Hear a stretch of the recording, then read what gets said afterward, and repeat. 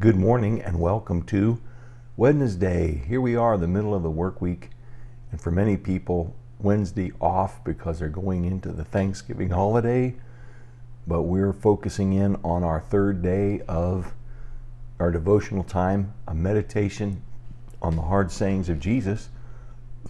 So we want to get right to it this morning, and we're looking at faith conditions.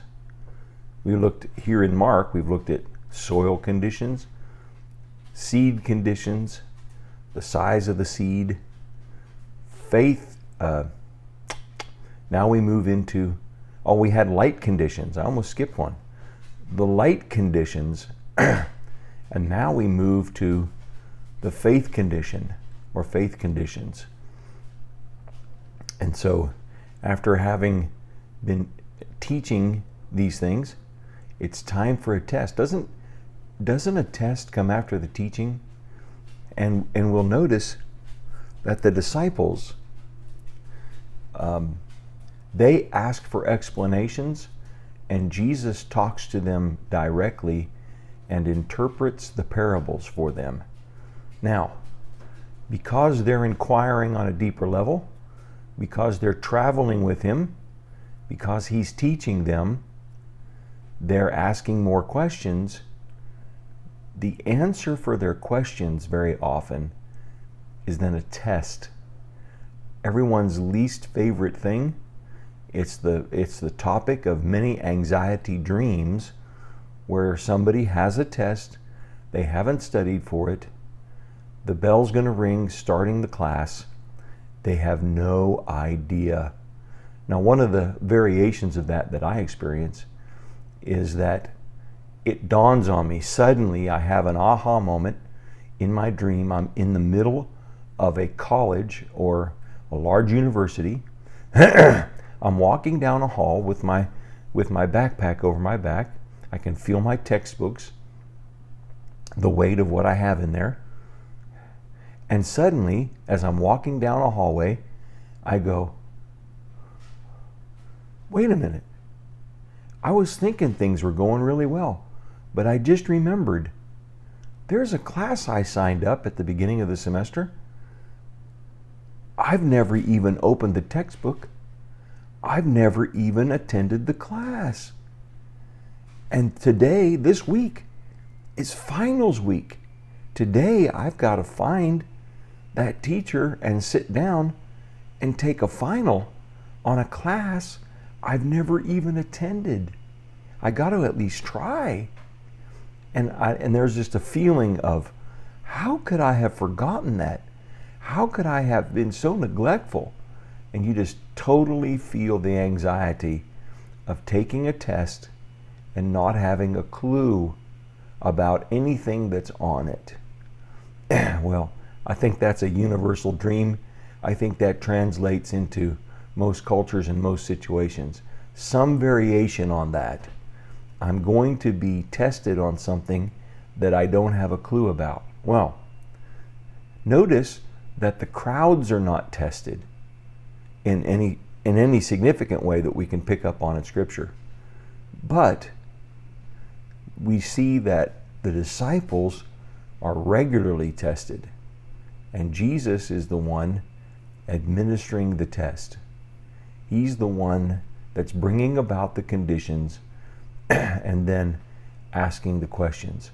Or he is the one who is modifying the conditions, restricting the conditions so that they're not utterly destructive, and then asking questions in regards to the test.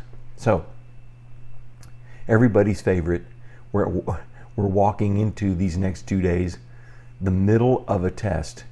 And so when we see these verses, we say, uh-oh.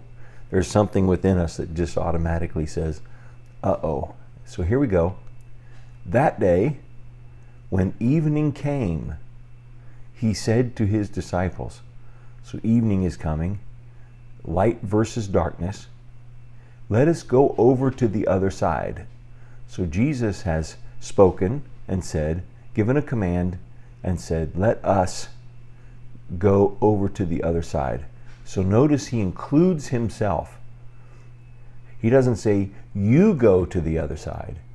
He says, let us go over to the other side.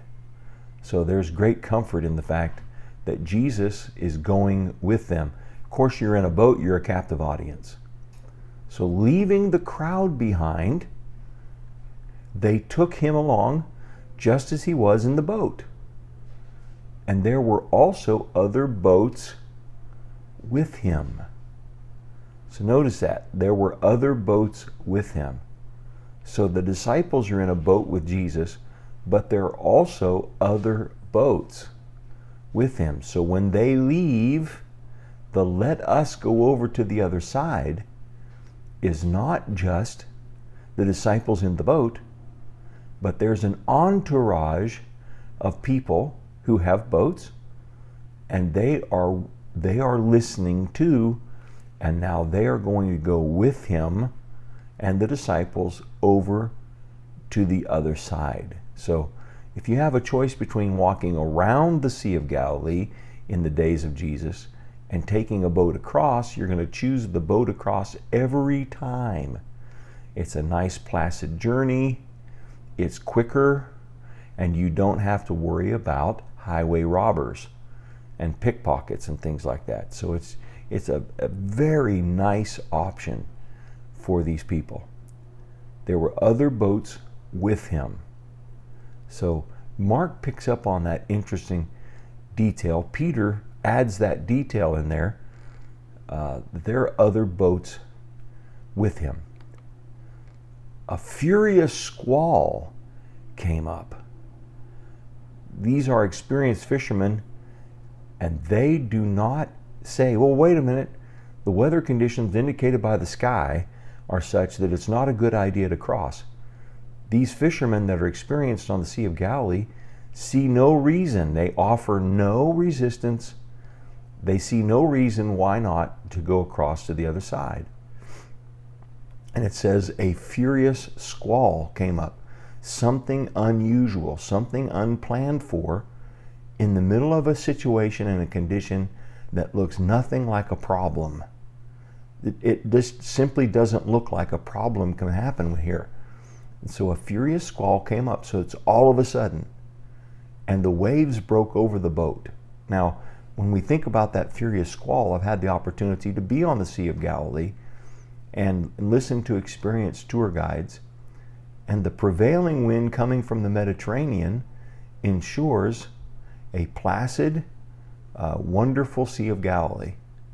But if a countervailing wind comes up from the desert to the north and the east, comes down over that escarpment, it contours across the land and creates very strong waves and very dangerous conditions on the Sea of Galilee.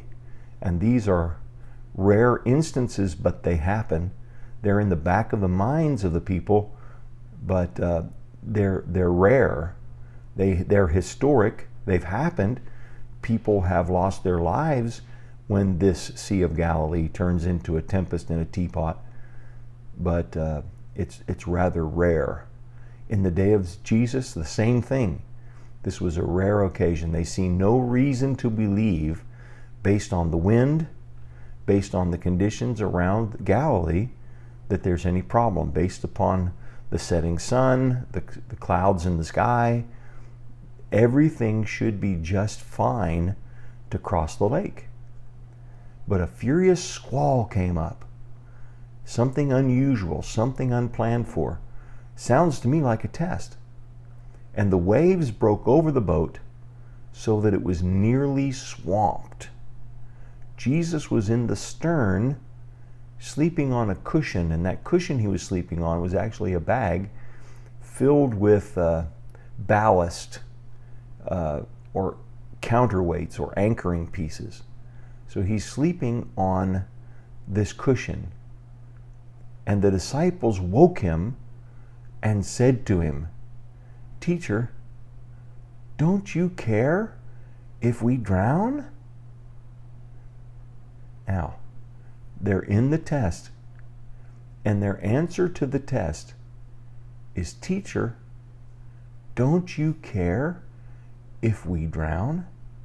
What had the teacher said? "Let's go to the other side." Everything looked like it was going to be a normal evening, a relaxing evening on the Sea of Galilee.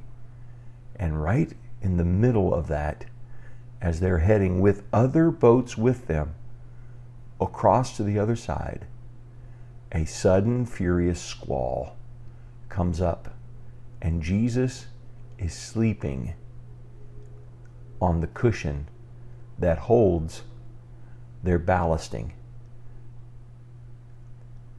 I wonder if there's a lesson here, that Jesus is actually the answer, not the ballasting and anchoring pieces that are contained in the stern of the boat.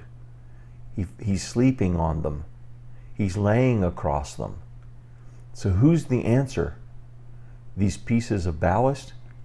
Or is Jesus the answer?